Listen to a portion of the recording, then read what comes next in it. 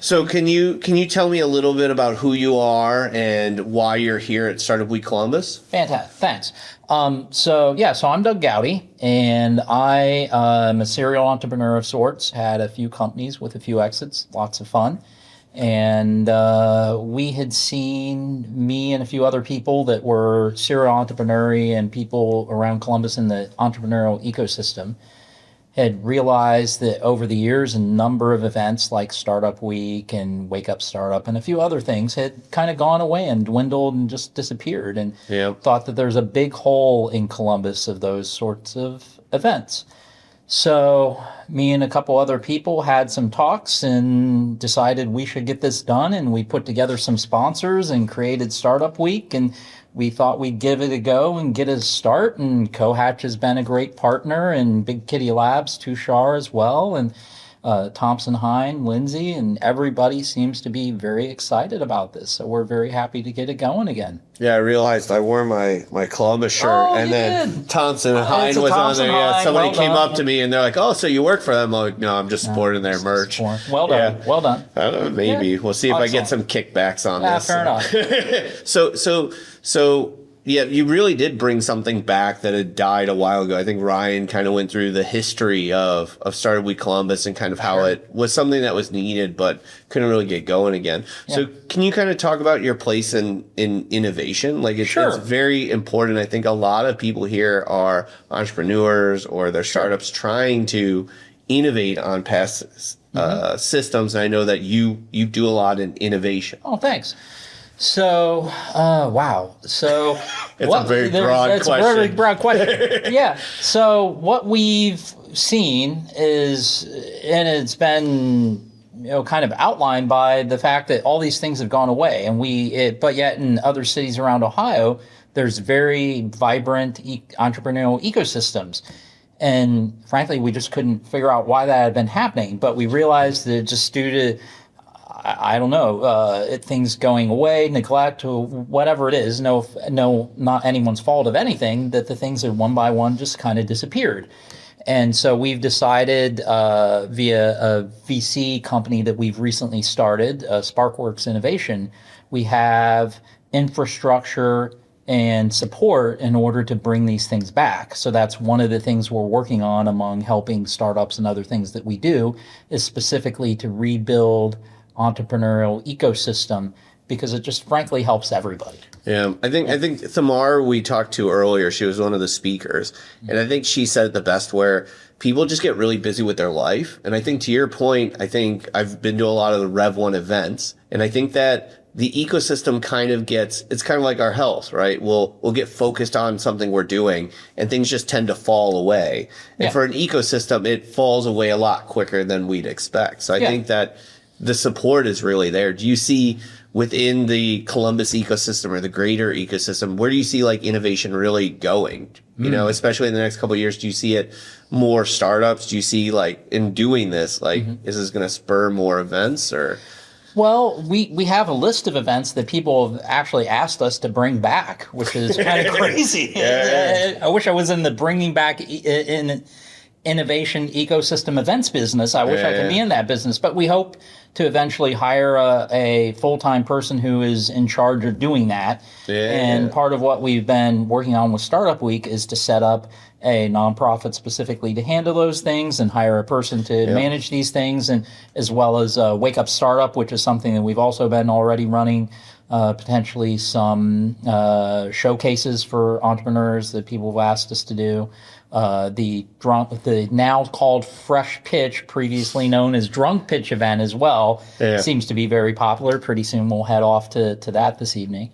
And there's a lot of things to go that way. Do you with starting up all these events, do you ever worry that you're like eating your tail, so like oversaturating, or do you feel that the events will kind of figure themselves out?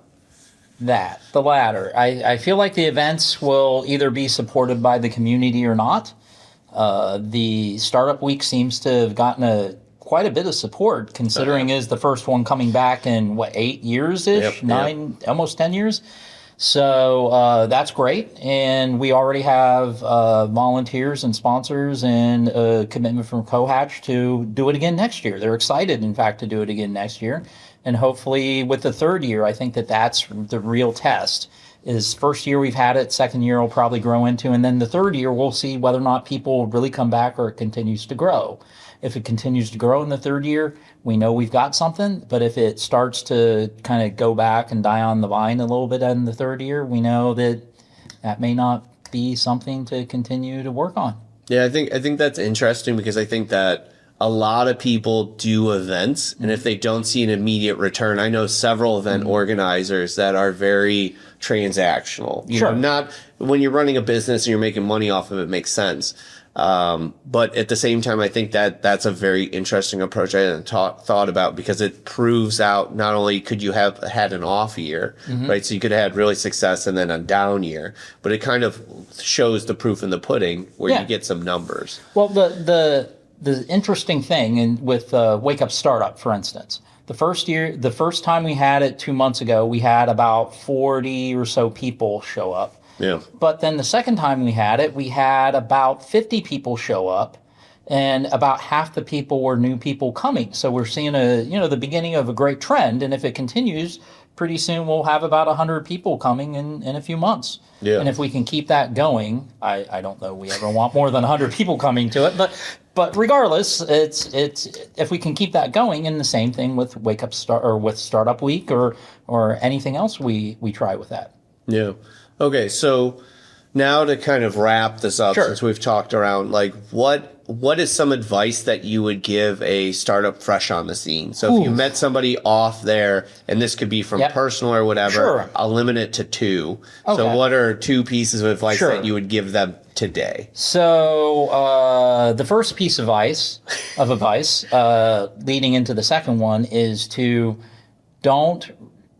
be fast, as quick as you can. Don't think about, I'm going to do this next month, because right now innovation is changing so fast that if you come up with an idea today and think, I'm going to put it off and work on it tomorrow, or probably more likely next month, I'm going to work on it next month, in 6 months it may no longer be relevant. So you got to be the first person in line, get working on it, and keep yourself established and relevant. The second bit would be that the first thing that you want to work on is work on building something like a reasonable prototype. It does not need to be perfect in any way, shape, or form. And then the second thing, not in any, don't build the prototype and then start to sell. No. Start to sell before the prototype is even ready. Yeah. But focus on those 2 things. Don't forget about the sales part, and get out there and try and find somebody who will buy it even before your prototype is necessarily 100% ready. And if you can get those 2 things going together, that's a big thing that most startups I see fail at. And what leads to failure is they got a great idea. They start working on their great idea, which may be a great idea, but they never try to do any sales, or they wait for the prototype to be perfect to try to do any sales. The gas to startups is going to be investment. Yeah. And the way to get investment is to have something that's reasonable and to show real interest. Yeah. I was talking to Ben Wallace earlier, and I think this kind of hits on that note, where we were discussing about how you could try to perfect the idea, right? So you're working on the product so much that the potential passes you by. And Absolutely. I think you really smashed a lot of what innovation is in the modern day. I think Tashar really hammered home about how AI has democratized knowledge and really enables people to push through technology barriers that would have otherwise crushed Absolutely. them. So it makes that prototyping so relatively easy. Even if it's hardware, you can at least get some drawings and some designs. Yeah. Maybe it might take you, Jeremiah, a while to actually build a physical prototype, but at least you can get some designs and things going to try to get in front of the market, even if you don't have a physical thing built yet. Yeah, I think it really focuses on. I think to hit your idea on sales, I think it focuses on speed and probably market Absolutely. capture. Absolutely. Yeah. Yeah. Okay. Well, thank you, cheers. Doug, Hey, for your thank you, time. Jeremy. I Thank you appreciate for booting this back Oh, up.